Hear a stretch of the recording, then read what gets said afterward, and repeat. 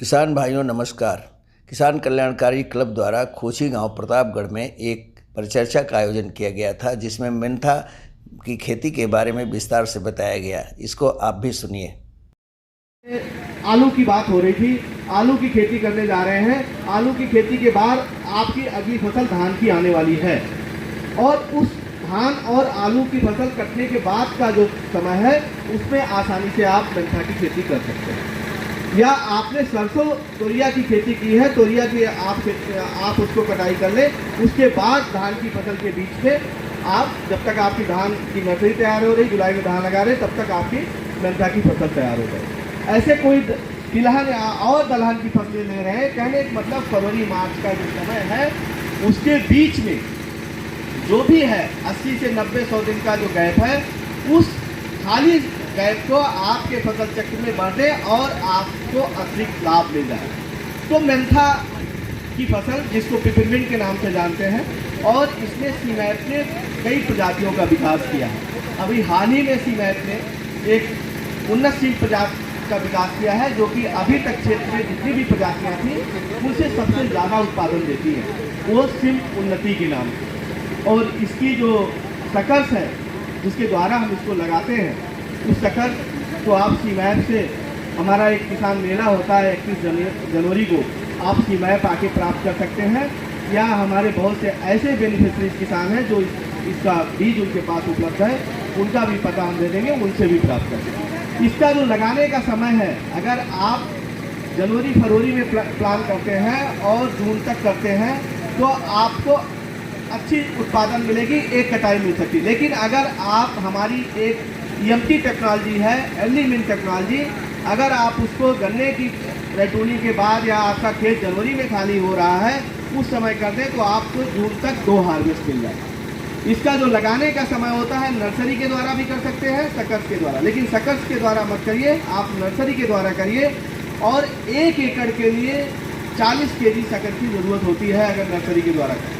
उसको आप जनवरी के अंतिम सप्ताह में या फरवरी के पहले सप्ताह में, जब आपको लगे कि आपका खेत खाली होने वाला है, उसके 25 दिन 30 दिन पहले आप प्लान कर लें कि आप नर्सरी डाल लें। और जैसे 25 दिन की नर्सरी हो जाए आप उसको खेत में रोपाई कर सकते हैं। रोपाई आप 2 तरीके से कर सकते हैं। रोपाई करने का पहला तरीका है कि आप जैसे धान की रोपाई करते हैं, खेत में पानी भर करके ऐसे लगाएं। लेकिन इधर कई सालों से अनएक्सपेक्टेड रेन हो रही, कहने का मतलब असामयिक वर्षा हो जा रही है, कभी मई जून में हैवी रेनफॉल हो जा रहा है, तो जो आपके खेत थोड़ी नीची भूमि है, जहाँ पर लगता है, या नहर की सिंचाई है, जहाँ पर लगता है कि पानी भर सकता है, वहाँ पर जो सीमैप की तकनीक है मेड़ विधि, उस मेड़ विधि पे आप लगा सकते हैं। जैसे आप आलू लगाते हैं मेड़ों पर, ऐसे आप मेड़ पे लगा सकते हैं। आप 60 सेंटीमीटर, लाइन से लाइन 60 सेंटीमीटर और पौधे से पौधे 20-15 सेंटीमीटर की दूरी पर आप लगा सकते हैं।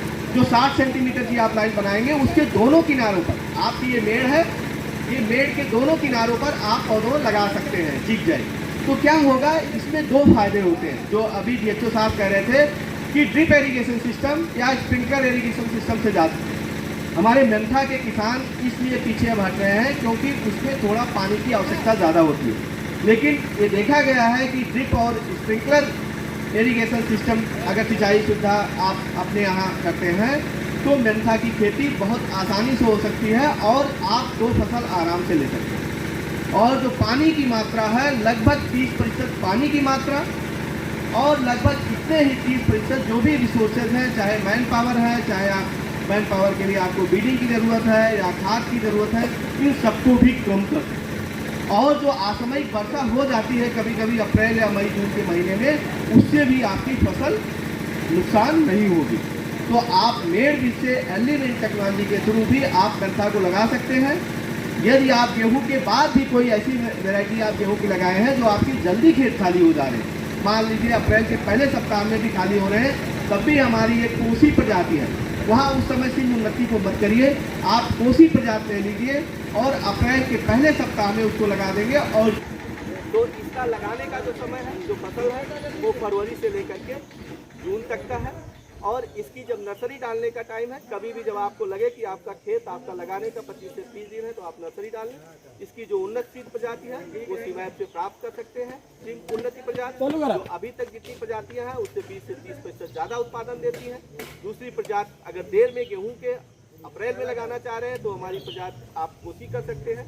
इसमें जो खाद की मात्रा है वो लगभग आपको 80 से 100 केजी नाइट्रोजन, 60 केजी फास्फोरस और लगभग 40 केजी पोटाश की जरूरत होती है। और इसमें जो नाइट्रोजन है वो हमेशा आपको 2 या 3 बार में देना है। एक तिहाई आप मात्रा जो है प्लांटेशन के समय दे दें, उसके बाद 30 दिन बाद और 60 दिन बाद। अगर ये भी देखा गया है कि इसमें अगर जिंक या आयरन सल्फेट का आप प्रयोग करते हैं लगभग 5 केजी पर हेक्टेयर के रेशियो से 5 केजी पर एकड़ के रेशियो से, तो इसमें 15 से 20% का तेल का उत्पादन ज़्यादा मिलता है। तो कहने मतलब माइक्रो न्यूट्रिएंट का भी इसमें प्रभाव देखा गया है। तो आप अगर 50 से 60 दिन की फसल हो उस समय अगर माइक्रो न्यूट्रिएंट डाल देंगे तो आपको 15 से 20% ज़्यादा उत्पादन मिलेगा। तो आप मेंथा जून में काट सकते हैं। इसको कटाई जब आपको करनी है, जब हार्वेस्टिंग आपकी टाइम हो जाए, तो ये आपको ध्यान रखना है कि मौसम साफ हो। ऐसा ना हो कि बरसात हो रही उस समय कटाई कर दें और आप जो भी आपका मटेरियल आए वो गीला हो जाए और उसको आप ढेर ना बनाएं, छाए में फैला दें। आप उसको 24 से 48 घंटे बाद भी उसका तेल निकाल सकते हैं। और ये देखा गया है जो हमारे बाराबंकी या सीतापुर के आसपास के जो किसान हैं, अगर उनका आप औसत उत्पादन 1 एकड़ का देखें तो लगभग वो 60 से 80 केजी तेल प्राप्त करते हैं। आज का अगर आप बाजार भाव देखें तो उसका बाजार भाव लगभग 1000 के आसपास है। 1050 रुपये का तेल का रेट चल रहा है। तो एक तरह से आप 80 से 90 दिन में जो आपके खाली खेत थे, जो आपका अगली फसल आने तक का बीच का जो समय था, उसमें आप पिपरमिंट की खेती, मेंथाल मिंट की खेती करके आप बचत जो है 30 से 40 हज़ार की शुद्ध लाभ आप मेंथा की खेती से प्राप्त कर सकते हैं। इसकी जो भी आपकी बीज सामग्री, तकनीकी जानकारी, लाइव डिमांस्ट्रेशन आपके आके देखना चाहते हैं कि कैसे मेड़ बिट पे लगाते हैं, कैसे इसको जो है फ्लैट में लगाते हैं, ये सारी अब कभी भी सीमैप में आ सकते हैं, इसको देख सकते हैं। अभी आपके बीच में एक हमने औषध ज्ञान बुलेटिन भी दिया है, उसमें भी इसके बारे में लिखा गया है कि कैसे आप इसको लगा सकते हैं, कितना बीज की मात्रा है और इस फसल के बारे में जो भी आपको तकनीकी जानकारी, पौध, बीज सामग्री जो भी चाहिए वो सीमैप से आप प्राप्त कर सकते हैं। अभी हमारा एक एरोमा मिशन प्रोग्राम भी चल रहा है, वो भी नेशनल लेवल का प्रोग्राम है और वो लगभग 28 राज्यों में, देश के 28 राज्यों में चल रहा है।